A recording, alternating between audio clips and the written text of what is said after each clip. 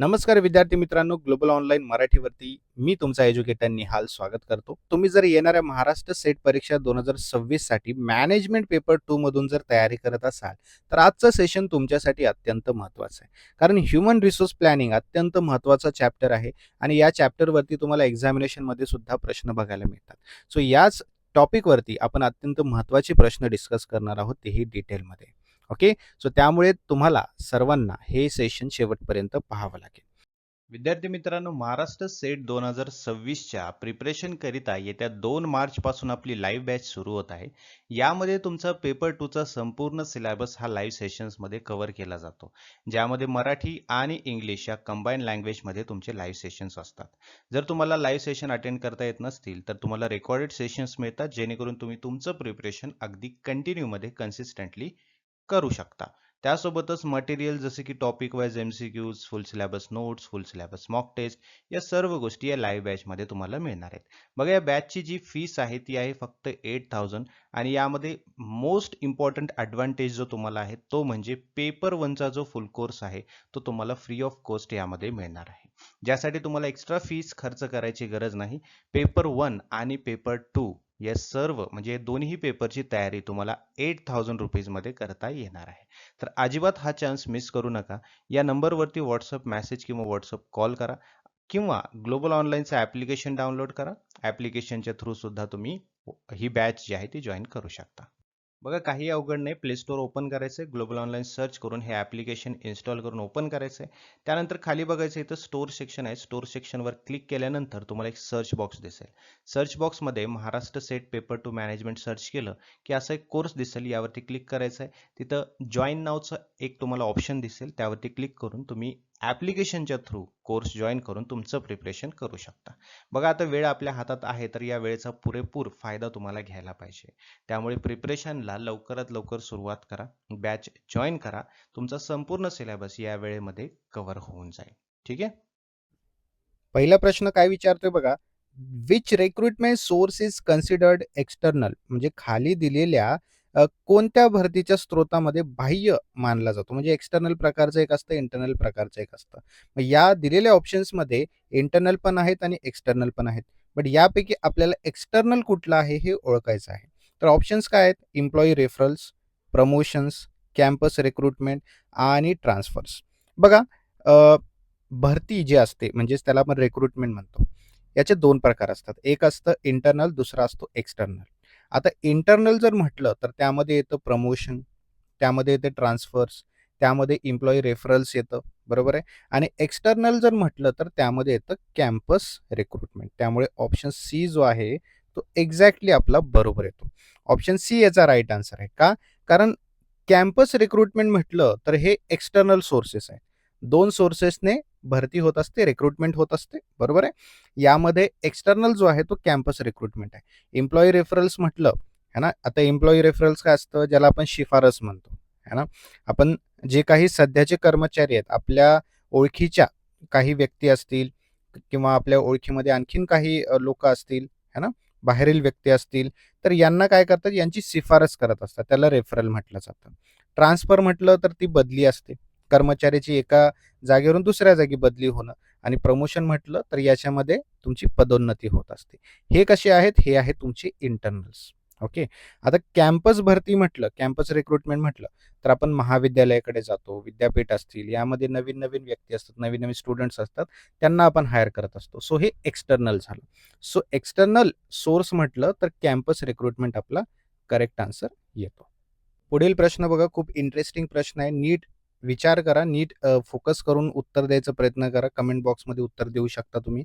Human resource planning primarily AIIMS at. ठीक आहे. आता ह्युमन रिसोर्स प्लॅनिंगचा अर्थ काय आहे हेच विचारलेलं आहे आपल्याला, बरोबर आहे. मानव संसाधन नियोजन प्रामुख्याने कशासाठी केले जाते? ओके. पगार निश्चित करणे, योग्य व्यक्ती योग्य ठिकाणी योग्य वेळी आणि योग्य खर्चात उपलब्ध करणे, बाह्य सल्लागारांची नेमणूक करणे की शिस्त राखणे. बघा, ह्युमन रिसोर्स प्लॅनिंगचा अर्थ काय? म्हणजे आपल्याला आपल्या कंपनीसाठी है ना, HRP जे आहे, आपल्या कंपनीसाठी भविष्यात आपल्या कंपनीला किती आणि कोणत्या प्रकारचे कर्मचारी लागतात याचं पूर्व नियोजन करणं म्हणजे ह्युमन रिसोर्स प्लॅनिंग असते. आता याच्यामध्ये त्याचा मुख्य उद्देश काय आहे ह्युमन रिसोर्स प्लॅनिंगचा, की आपल्याला चांगले स्किल्स असलेले कॅन्डिडेट्स निवडायचे आहेत, है ना? कर्मचारी निवडायचे आहेत. आपल्याला प्रॉपर ज्या ठिकाणी त्याची गरज आहे त्या ठिकाणाचं नियोजन आपल्याला करायचं म्हणजे योग्य ठिकाणी आपल्याला ते कॅन्डिडेट्स सिलेक्ट करायचे आहेत.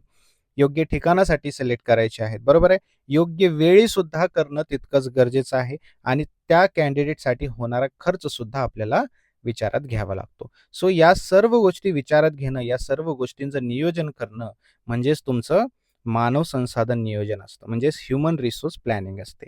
मग यामध्ये आता ऑप्शन्स बघा. डिटरमायनिंग सॅलरीज हे लिमिटेड आहे. बरोबर आहे. बाह्य सल्लागारांची नेमणूक करणे, शिस्त राखणे हे सर्व लिमिटेड आहे. त्यामुळे बी ऑप्शन आपल्याला एक्झॅक्टली एक्सप्लेन करतो, की आपलं ह्युमन रिसोर्स प्लॅनिंग काय असतं. तर योग्य व्यक्ती, योग्य ठिकाणी, योग्य वेळ आणि योग्य खर्चात उपलब्ध करणं म्हणजे तुमचं आहे HRP म्हणजेच ह्युमन रिसोर्स प्लॅनिंग. ऑलराइट. पुढील प्रश्न बघा काय म्हणतोय, अंतर्गत भरती कोणत्या वेळी अधिक योग्य ठरते? Internal recruitment is preferred when म्हणजे इंटरनल रिक्रुटमेंट आणि एक्सटर्नल रिक्रुटमेंट आत्ताच आपण पाहिलं काय होतं. मग इंटरनल रिक्रुटमेंट हे केव्हा योग्य ठरू शकते किंवा केव्हा जास्त ॲडव्हान्टेज त्याचा आपल्याला मिळू शकतो. आता ऑप्शन्स बघा. नवीन दृष्टिकोन शोधताना, बी कर्मचाऱ्यांचा उत्साह व टिकून राहण्याची प्रवृत्ती वाढवण्यासाठी, सी प्रवेश स्तरावरील पदांसाठी भरती करताना, की डी नवीन ठिकाणी विस्तार करताना. बघा इंटरनल रिक्रुटमेंट काय असतं, जेव्हा आपण ट्रान्सफर करतो, प्रमोशन देतो, बरोबर आहे, अशा वेळी. मग याच्याने काय होतं, आपले कर्मचारी जे ऑलरेडी आपल्या कंपनीमध्ये आहेत, इन्स्टिट्यूशनमध्ये आहेत, बरोबर आहे, त्यांना पदोन्नती मिळते, संधी मिळते पदोन्नतीची, त्यांचा उत्साह वाढत असतो, बरोबर आहे ना. आपले जे कॅन्डिडेट्स आहेत, आपले जे कर्मचारी आहेत आपल्या कंपनीमध्ये, ते आपल्याला टिकवायचे आहेत, दीर्घकाळ आपल्याला ते टिकवून ठेवायचे आहेत, बरोबर आहे. आणि आपल्या कंपनीची सुद्धा एक गुडविल पाळायची आहे, एक निष्ठा ठेवायची आहे. त्यामुळे इथे राईट आन्सर जो आहे तो बी येणार, बरोबर आहे. कारण आपल्या कर्मचाऱ्यांचा उत्साह पण आपल्याला वाढवायचा आहे आणि त्यांना आपल्याला कंपनीमध्ये टिकवून सुद्धा ठेवायचं आहे. त्यामुळे तेव्हाच आपलं इंटरनल रिक्रुटमेंट जे आहे ते कामाला येऊ शकतं. तेव्हाच इंटरनल रिक्रुटमेंट अंतर्गत भरती जी आहे ती योग्य वेळी होऊ शकते. ठीक आहे. त्यामुळे ऑप्शन बी इथे करेक्ट येतं. आता पुढील प्रश्न बघा. The main objective of selection is to निवड प्रक्रियेचा मुख्य उद्देश काय असतो? ए रिड्यूस एम्प्लॉई टर्नओव्हर म्हणजे कर्मचारी बदलण्याचे प्रमाण कमी करणे, कामासाठी सर्वात योग्य उमेदवाराची निवड करणे, प्रशिक्षण खर्च वाढवणे की कामगार संघटनांना संतुष्ट करणे. बघा सिलेक्शन म्हणजे आपली निवड प्रक्रिया असते, बरोबर आहे ना. आता यामध्ये याचा अर्थ काय की जे काही अर्जदार आहेत, जे काही ॲप्लिकंट आहेत, त्या कामासाठी सर्वात योग्य, सर्वात पात्र, सर्वात स्किलफुल असा कॅन्डिडेट कोणता आहे, अशा व्यक्तीची निवड करणं याला सिलेक्शन म्हणतो आपण. मग याचा सगळ्यात महत्त्वाचा ऑब्जेक्टिव्ह, याचा मुख्य हेतू काय असतो, तर योग्य कौशल्य म्हणजे स्किल्स असलेला व्यक्ती आपल्याला सिलेक्ट करायचा आहे, मिळवायचा आहे. आपली जी कंपनी आहेत, कंपनीचे जे काही कार्यक्षमता आहे ते वाढवण्यासाठी आपल्याला कॅन्डिडेट सिलेक्ट करायचा आहे, बरोबर आहे. आपल्याला योग्य व्यक्ती योग्य पदावर नेमायचा आहे, त्याची नेमणूक करायची आहे. हा आपला सिलेक्शनचा ऑब्जेक्टिव्ह असू शकतो, सिलेक्शनचा हेतू असू शकतो.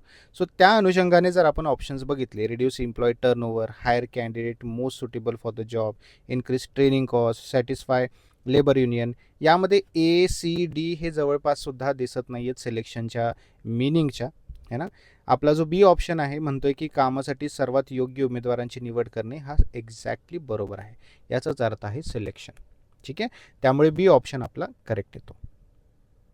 All right. पुढील प्रश्न बघा. Induction programme are designed to परिचय कार्यक्रम जो असतो, कार्यक्रमाचा उद्देश काय असतो असं विचारलेलं आहे.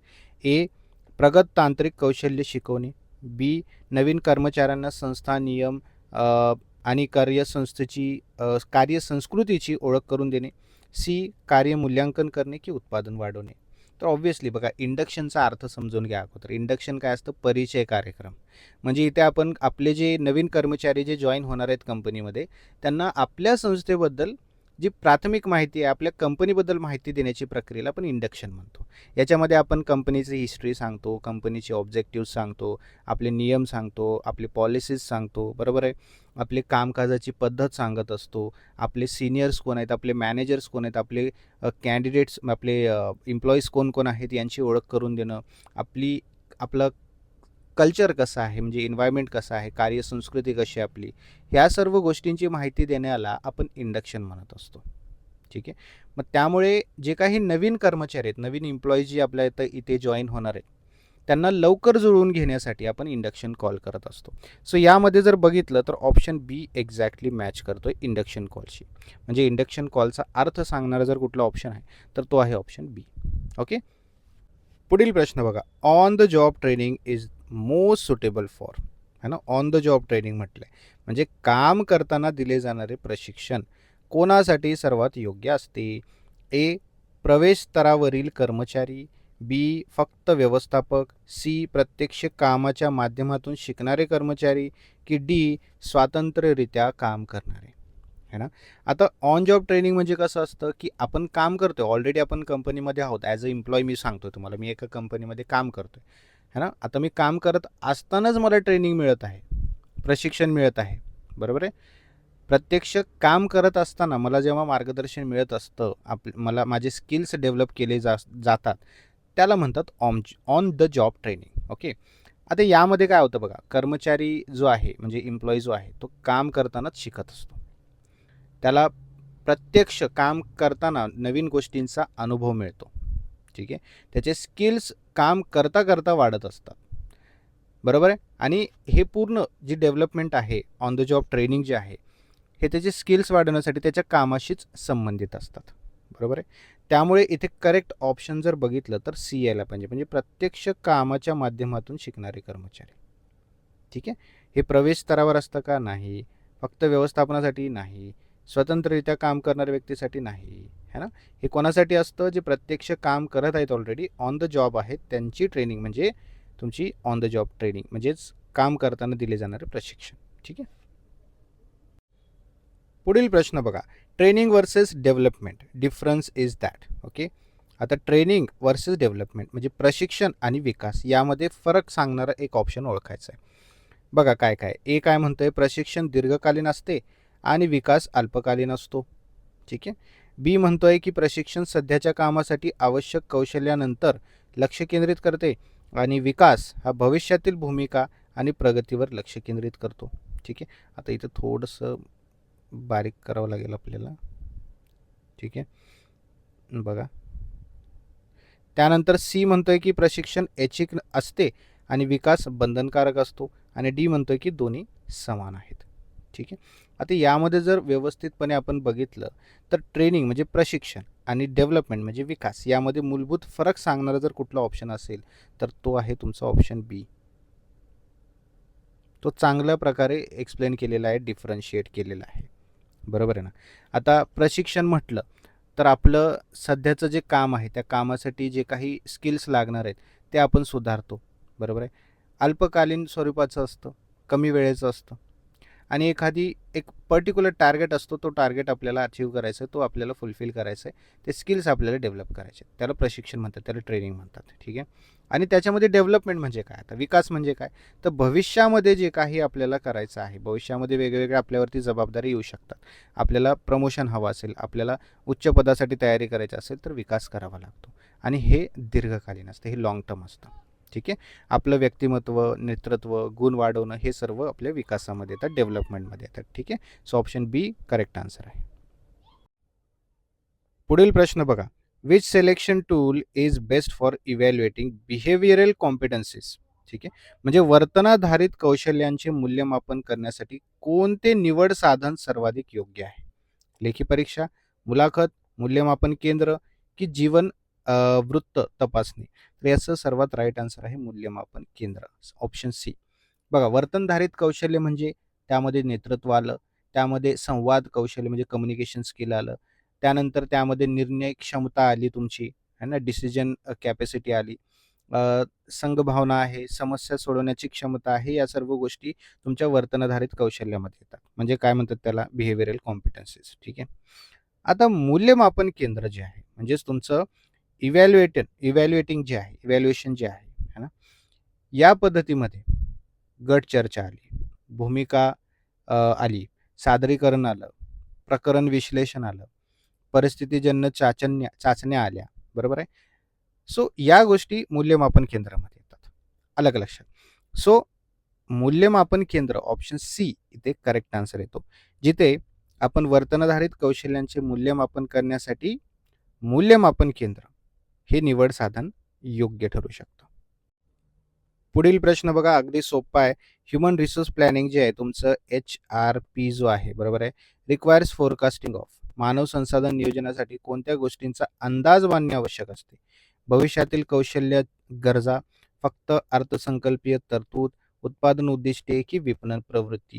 तर यामध्ये करेक्ट जो आन्सर आहे तो आहे तुमचा ऑप्शन ए, भविष्यातील कौशल्य गरजा. है ना? फ्युचर स्किल्स रिक्वायरमेंटसाठी आपल्याला ह्युमन रिसोर्स प्लॅनिंग लागते, बरोबर आहे ना?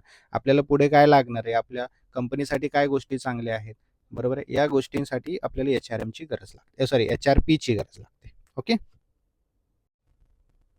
पुढील प्रश्न, the main advantages of structured interviews.